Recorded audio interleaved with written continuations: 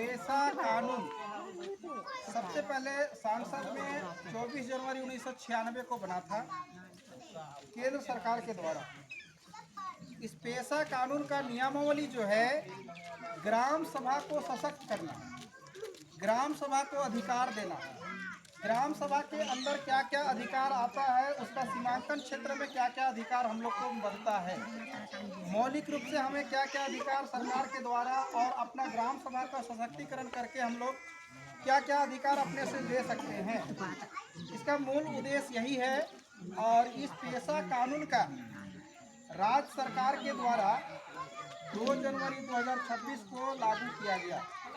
3 महीना होने वाला है, 2 तारीख को लगभग 3 महीना हो जाएगा अप्रैल, है ना। तो सरकार का ये अल्टीमेटम था कि 3 महीना होते होते पेशा कानून तुरंत लागू हो जाएगा। लेकिन यहाँ पर हम लोग पेशा कानून के तहत हम लोग ग्राम सभा का गठन ही नहीं कर पाए हैं, है ना। इसमें क्या लिखता है, पारंपरिक ग्राम सभा। पारंपरिक ग्राम सभा का मतलब जो परंपरा से चला आ रहा है ना, जिसमें बैगा, पाहन, महतो, कोटवार, देवार, सुवार, पैनभारा जो होते हैं ना, उनको लेकर के पारंपरिक ग्राम सभा बनता है।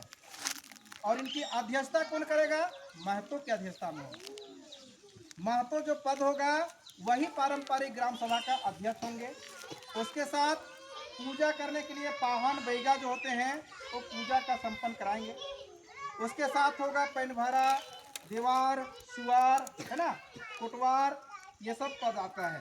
उसके बाद और 5 जो पद होते हैं जो गांव से युवा युवतियों का पद होता है, जो कोटवार, पेल्लो कोटवार, मुखी जोक, मुखी पेल्लो और एक भंडारी। इस तरह से पद दिया गया है इस पेशा कानून के तहत।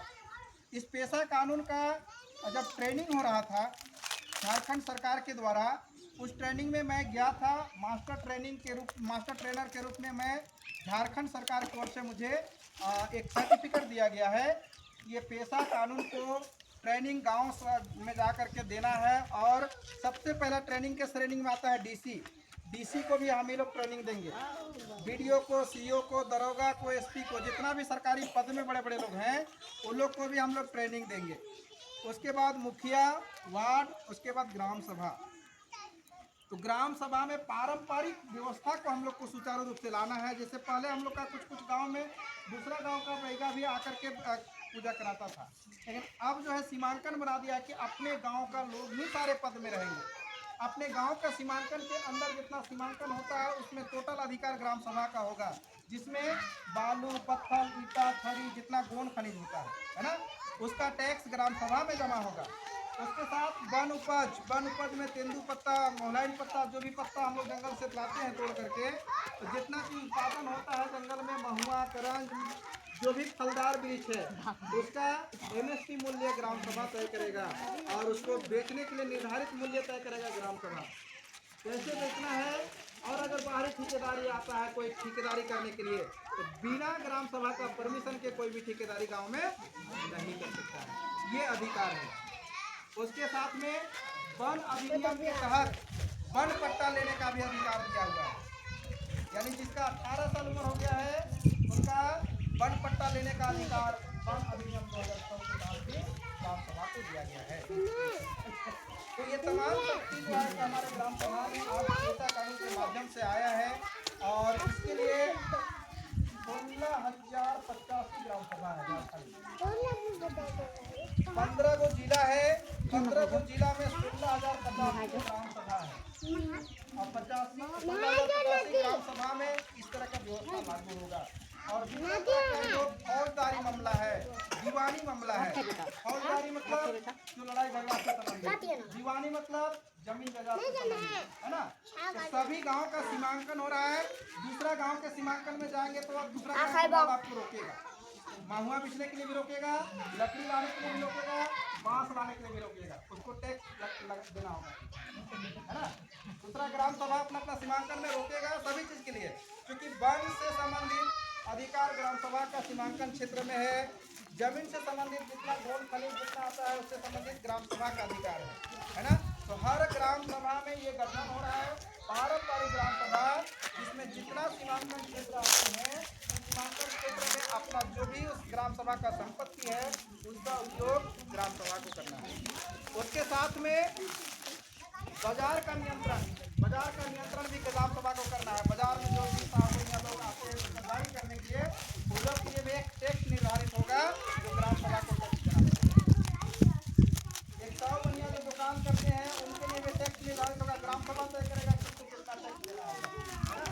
तो सारे टैक्स का जो पैसा है ग्राम सभा के खाता में जमा होगा, जो उसमें एक पद महिला के लिए है, 2 पद पुरुष के लिए, जो ग्राम सभा का खाता खुलेगा। और उसमें एक महत्वपूर्ण पद है सहायक सचिव। सहायक सचिव का काम क्या है? पूरे ग्राम सभा का डेटा का रिकॉर्ड रखना। साल भर में कितना पैसा आया ग्राम सभा में, कितना पैसा खर्च हुआ, इसका सारा रिकॉर्ड सहायक सचिव रखेंगे ग्राम सभा पर। और सरकारी फंड से कितना पैसा आया, क्या क्या कार्य आया, इसका भी लेखा जोखा ग्राम सहायक सचिव के पास ही होगा। तो इस तरह से रिकॉर्ड रखना है।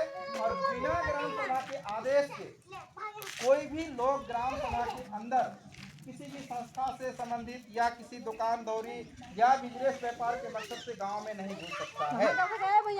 ग्राम सभा से उसको परमिशन लेना होगा किसी भी गांव में घुसने के लिए। गैर ग्राम सभा का सदस्य, यानी इस गांव का अगर नहीं है तो उस व्यक्ति को उस ग्राम सभा में घुसने के लिए कोई भी बिजनेस के पर्पज से, है ना, कोई आइसक्रीम बेचने आता है, कोई कम्बल बेचने आता है, कोई कुर्सी बेचने आता है, उसको भी घुसने का अधिकार नहीं है जब तक ग्राम सभा आदेश नहीं देती है ना। क्यों नहीं घुसना है? क्योंकि गांव में घुसेगा तो गांव का होलिया को जान जाता है ना।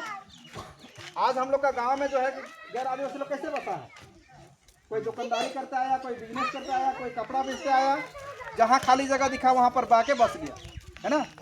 छोटा सा कुटिया बनाया, कुटिया बना करके घर बना लिया, और वो कहाँ से कहाँ निकल गया, हम जहाँ के वहीं रह गए। उदाहरण है हम लोग का हसन मियाँ, भोला मियाँ, है ना, लेस्लीगंज से आया यहाँ बस गया।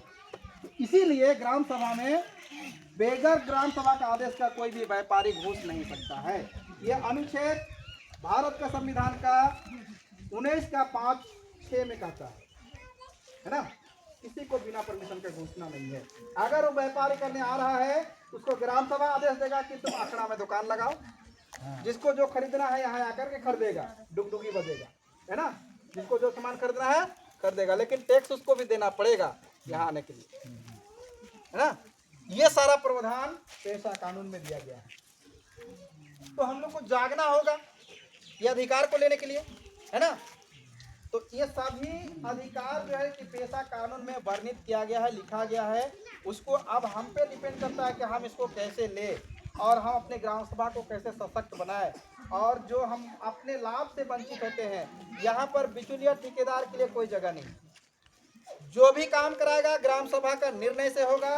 कोई भी मुखिया हो, वार्ड हो या फिर ग्राम सेवक हो, रोजगार सेवक हो, किसी को पावर नहीं है। ग्राम सभा का आदेश का पालन उसको करना होगा। ग्राम सभा का जो है अध्यक्ष जो कहेगा उसी को मानना होगा, उसी को करना होगा। कहने का मतलब मुखिया एक जो है ना कार्यपालिका रहेगा, मुखिया का पद, वार्ड का पद कार्यपालिका रहेगा, और उसका ऑडिटर उसका जायजा लेने वाला ग्राम सभा का अध्यक्ष होगा, है ना। तो वो पावर हम लोग को मिल रहा है, और इस पावर को जानने के लिए, है ना, हम लोग हर ग्राम सभा में जाकर के प्रयास कर रहे हैं कि कम से कम हमारा अधिकार के बारे में जाने। बहुत लंबा चौड़ा इसका कॉपी है, उसको पढ़ने का ज़रूरत होगा, है ना। 28-29 पेज का ये है, चैप्टर का है ना, 4-5 पेज है, उसमें सभी तरह का अधिकार दिया हुआ है। इसीलिए जब तक हम लोग इस अधिकार को नहीं जान पाएंगे तब तक हम लोग अपना अधिकार को नहीं ले पाएंगे।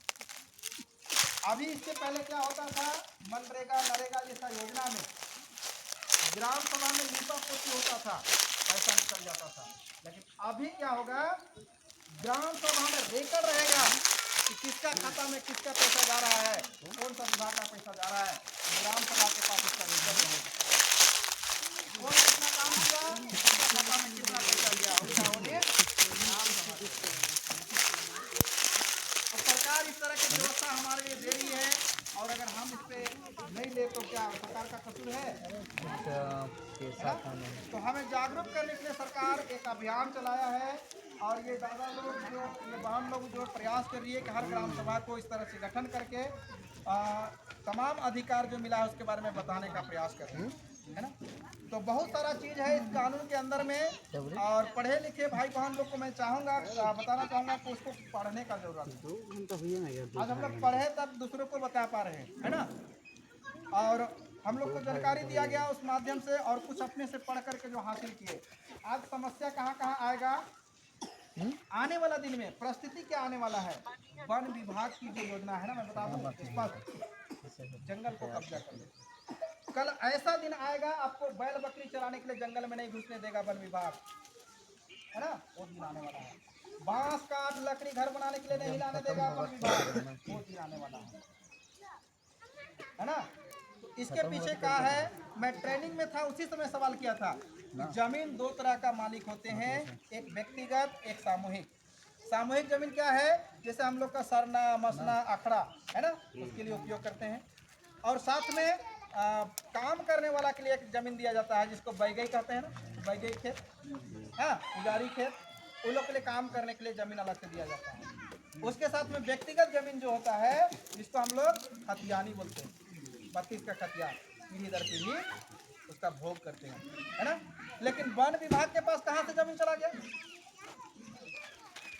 जंगल का जमीन वन विभाग के पास कैसे, वन विभाग तो एक विभाग है ना। तो इसको समझना है कैसे चला गया भाई, मालिक कैसे हो गया विभाग। जल जंगल जमीन का मालिक हम हैं, आदिवासी है, लेकिन विभाग के पास कैसे चला गया हमारा जमीन, है ना।